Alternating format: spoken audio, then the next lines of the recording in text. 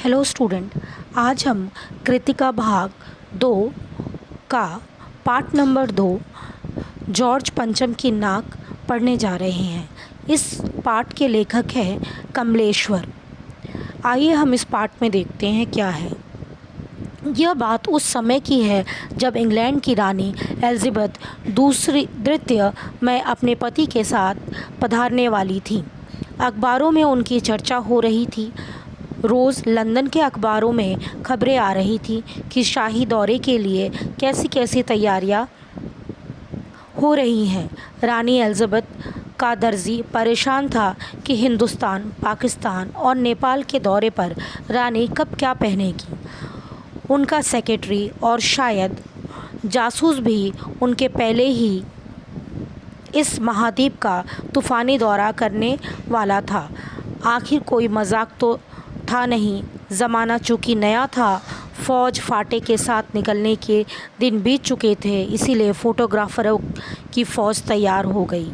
England के अखबारों की कतरनें हिंदुस्तानी अखबार में दूसरे दिन चिपकी नज़र आती थी कि रानी ने एक ऐसा हल्के नीले रंग का सूट बनवाया है जिसका रेशमी कपड़ा हिंदुस्तान से मंगवाया गया है कि करीब 400 पाउंड खर्चा उस सूट पर आया है। रानी एलिज़ाबेथ की जन्मपत्री भी छपी, प्रिंस फिलिप्स के कारनामे छपे और तो और उनके नौकर, बावर्चियों, खानसामों, अंगरक्षकों की पूरी जीवनियाँ देखने में आई।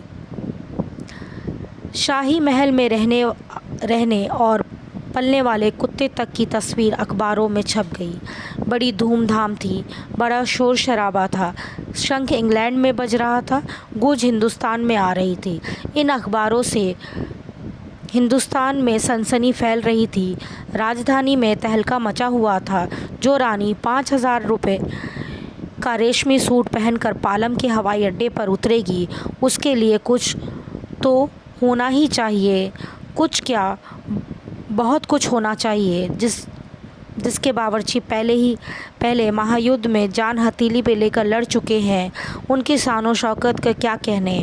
और वही रानी दिल्ली आ रही है। नई दिल्ली में अपनी तरह देखा और बेसख्ता मुंह से निकल गया, वह आए हमारे घर, खुदा की रहमत। कभी हम उनको, कभी अपने घर को देखते हैं। और देखते देखते नई दिल्ली की काया पलट हो गई।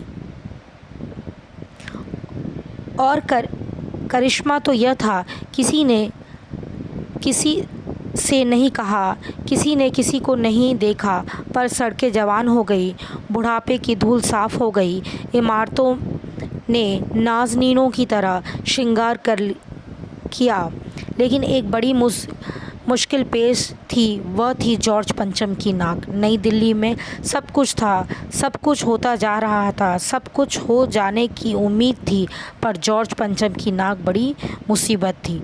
नई दिल्ली में सब था, सिर्फ नाक नहीं थी।